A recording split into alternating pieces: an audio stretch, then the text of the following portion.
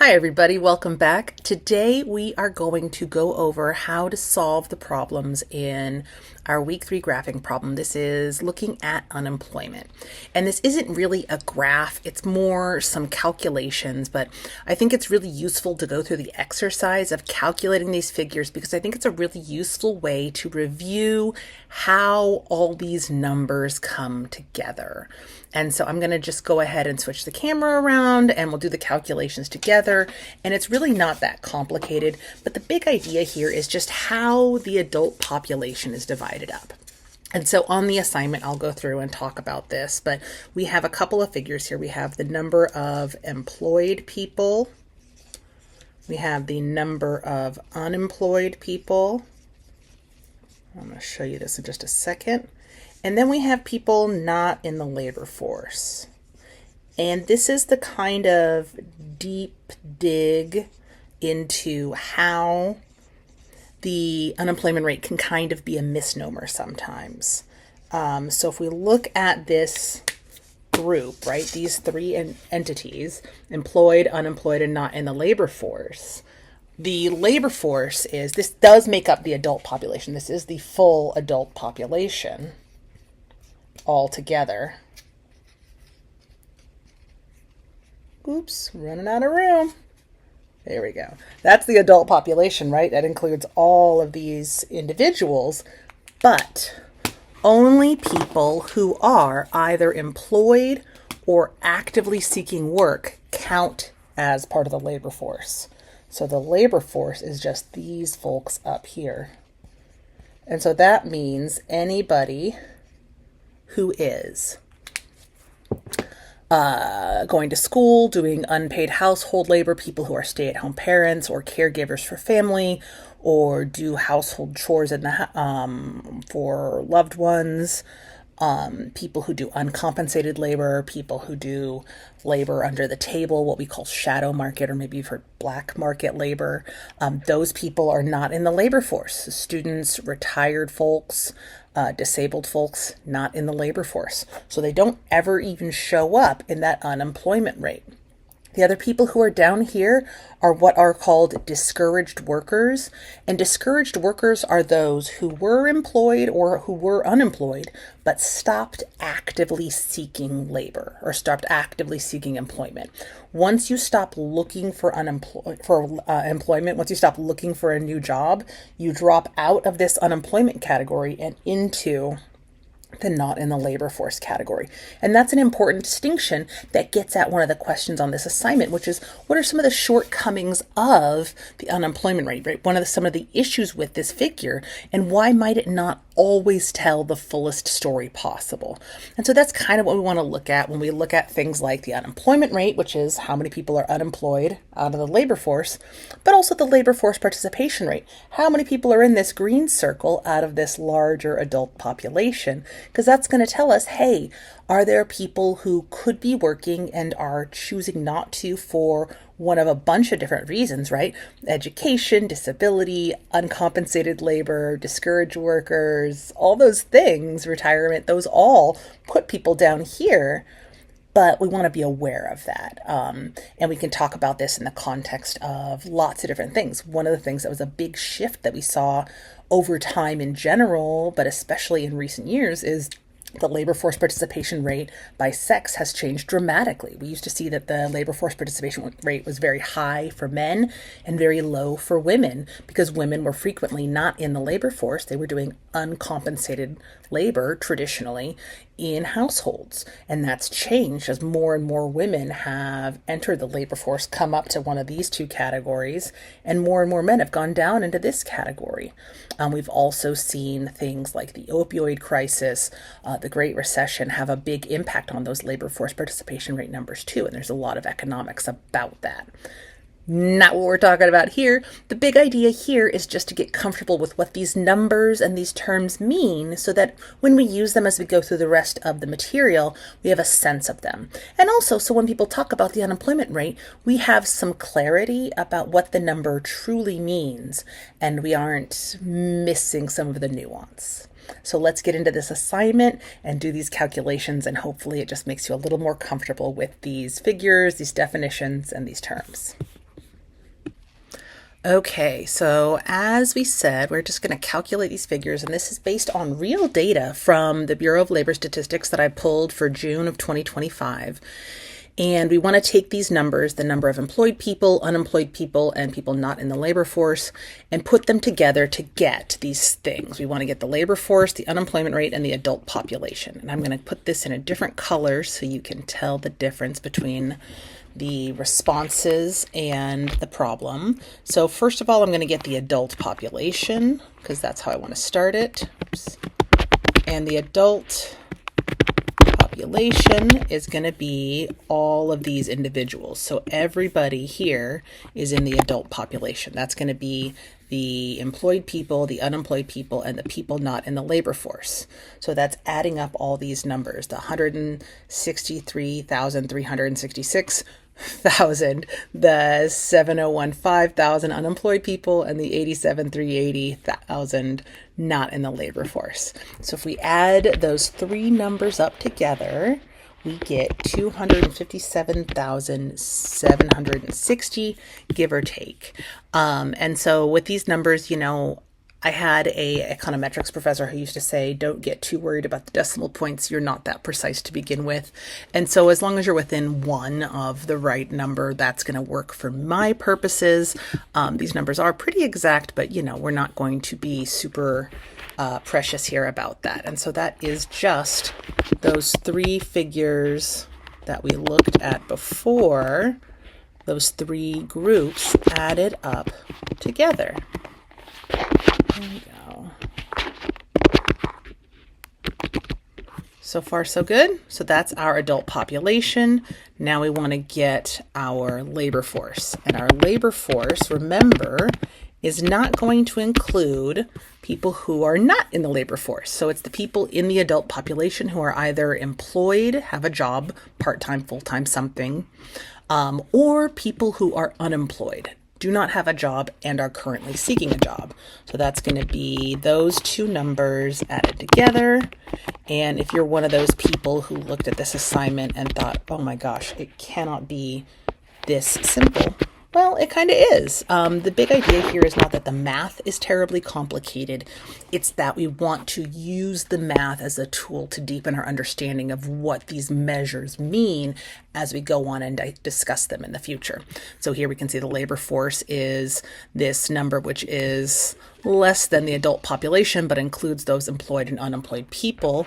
And now we want to calculate the two numbers that we'll see be measures of our economic well-being: the unemployment rate, which is quoted very, very frequently, and the labor force participation rate, which is a little bit less commonly used, but still deeply important.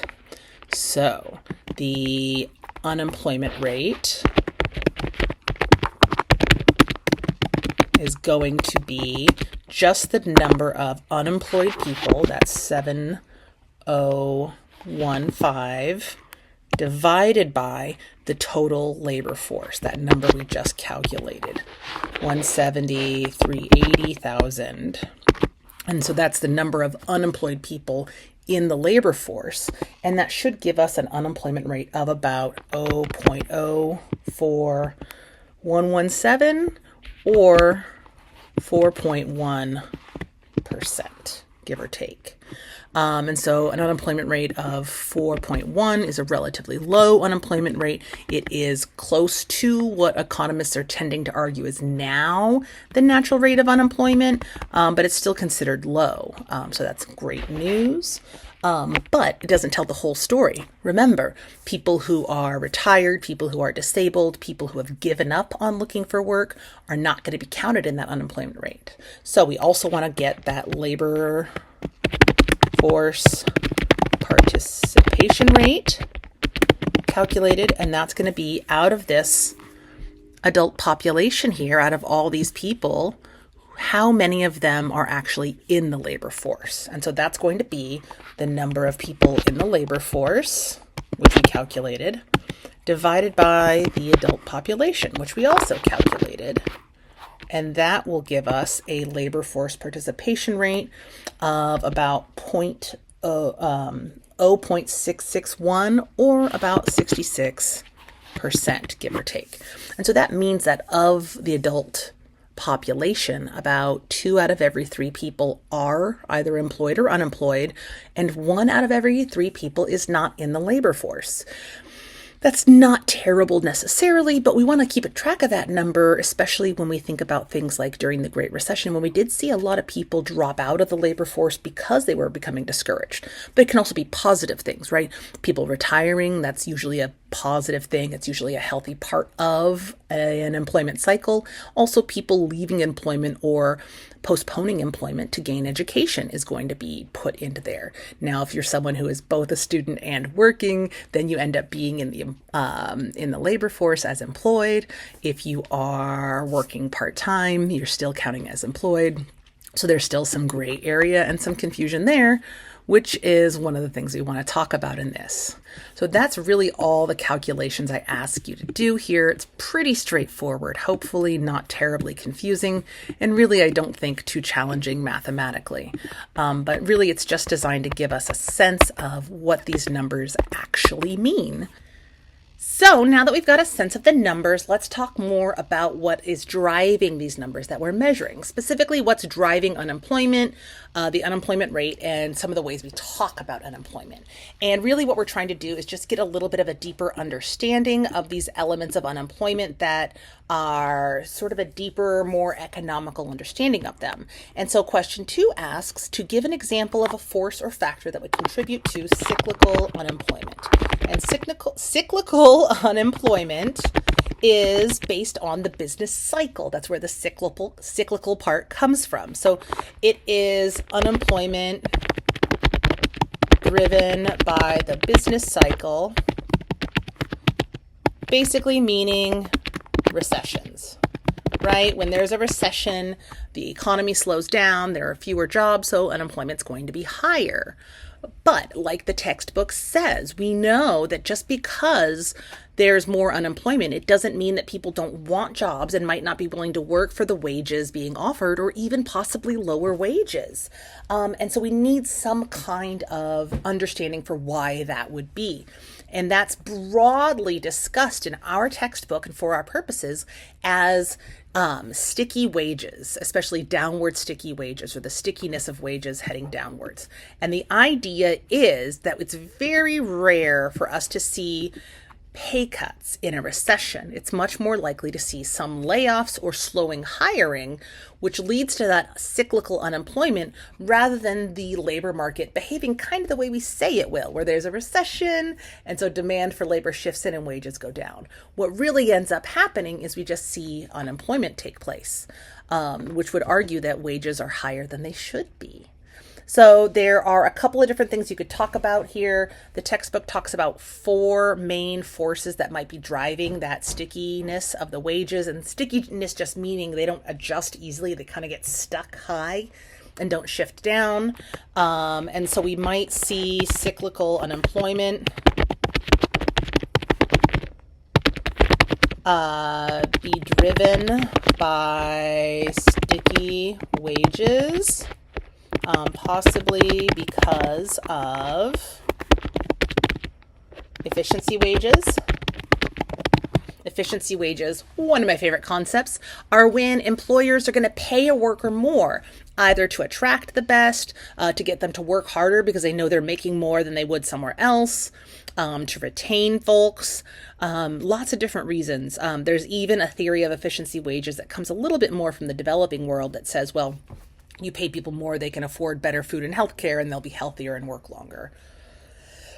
Not quite that usually, but the idea that if you pay people more than your competitors, you'll attract the best workers from your competitors, or give them an incentive to work harder. But if you're paying them more, that means you're going to be hiring fewer people. There's also adverse selection of wages.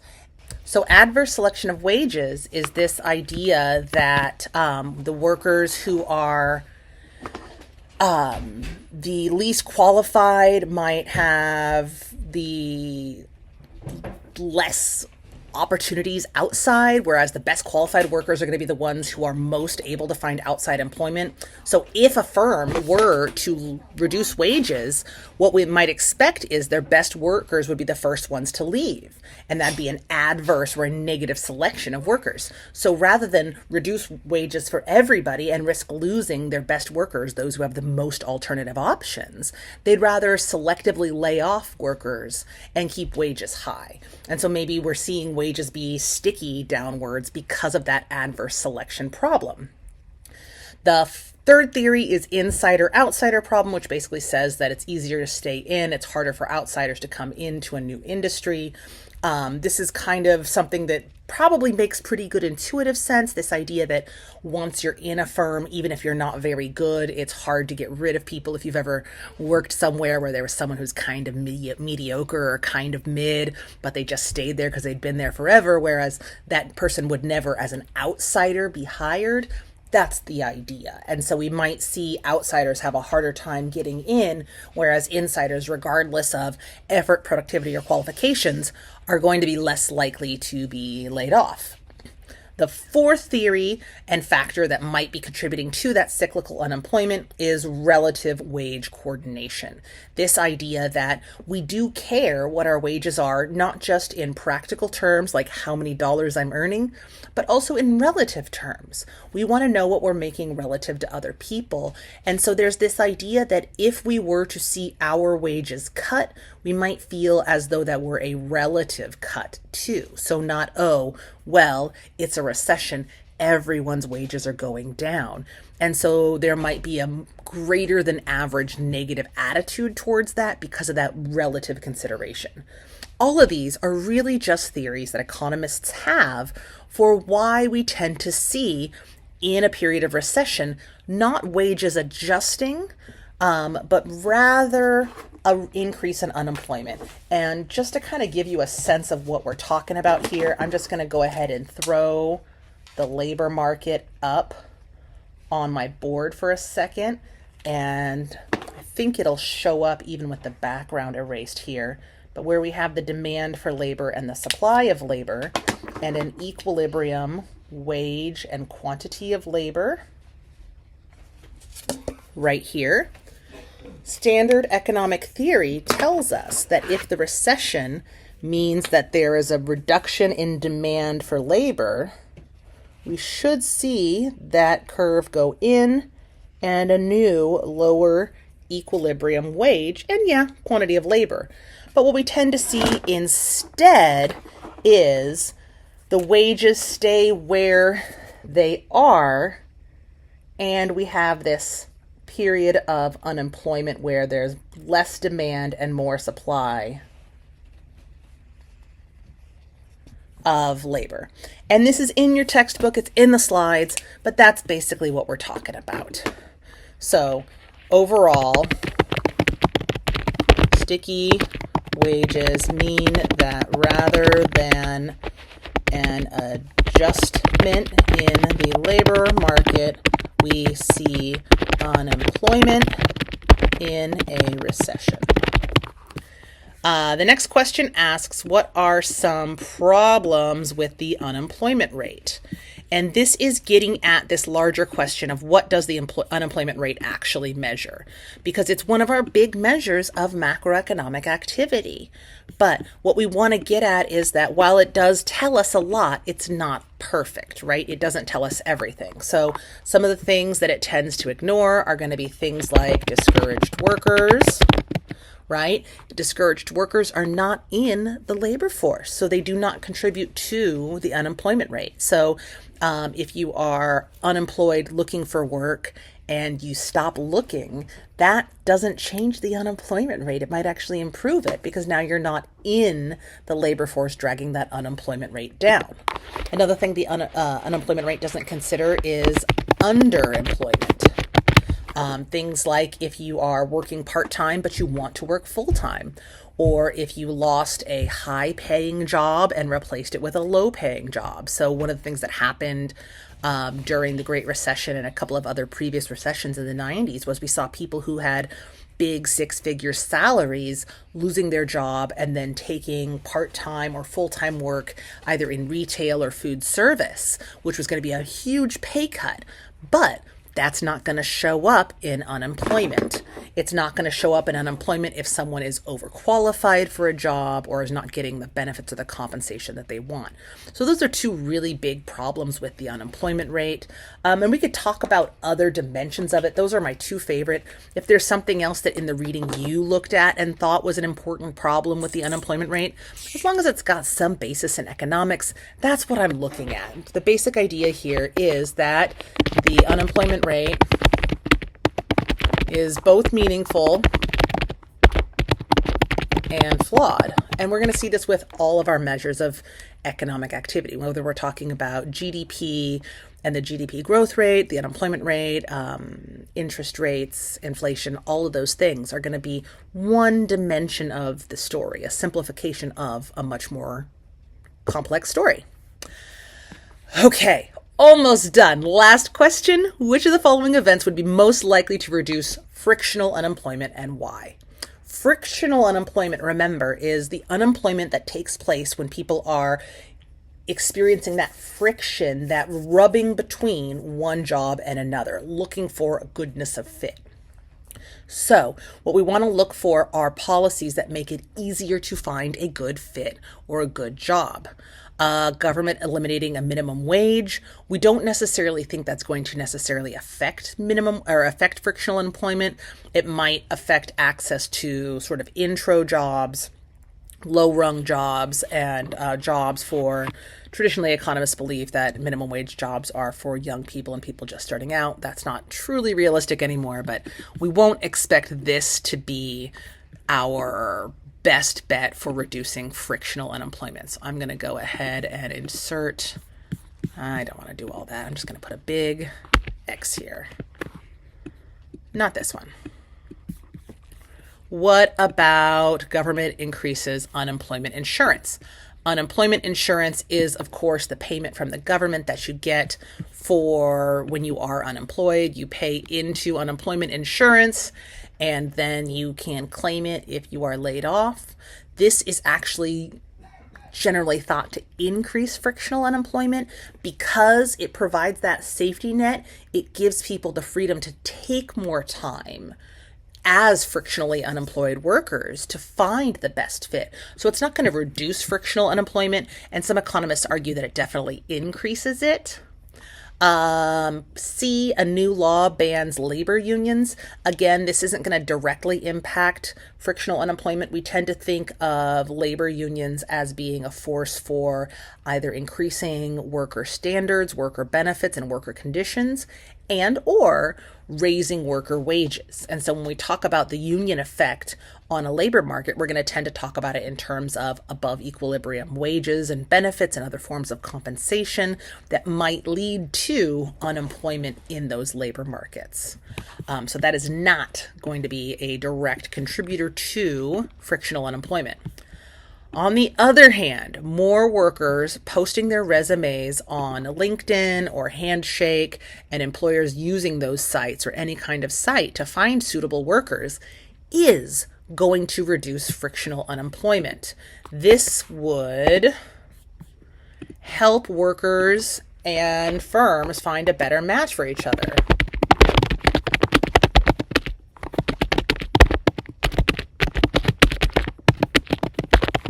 It would help them match more easily and more quickly by lowering information costs. Basically lowering the cost of figuring out who's best suited to the career or to the job and which job is the best match for that worker.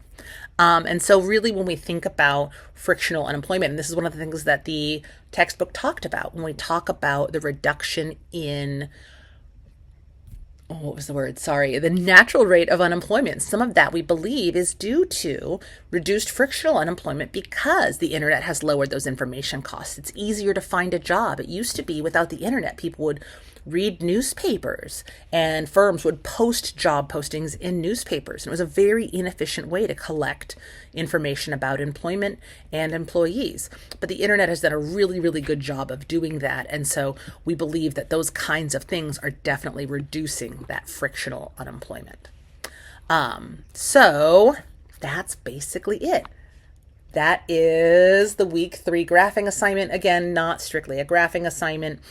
We're going to have a lot more graphing as we move through the next several chapters, but this was just a nice opportunity to hit this idea of unemployment another time, another way. And as I said, with the calculations and some of these word problems, really getting at the meat of what we mean with unemployment and some of its shortcomings, some of its strengths, and what the number truly means, that when people discuss it, you have a clearer sense of what's actually being measured and discussed. So I'm going to go ahead and wrap this up. Let me know what questions you have about unemployment, labor force participation, anything else, and I will see you next time.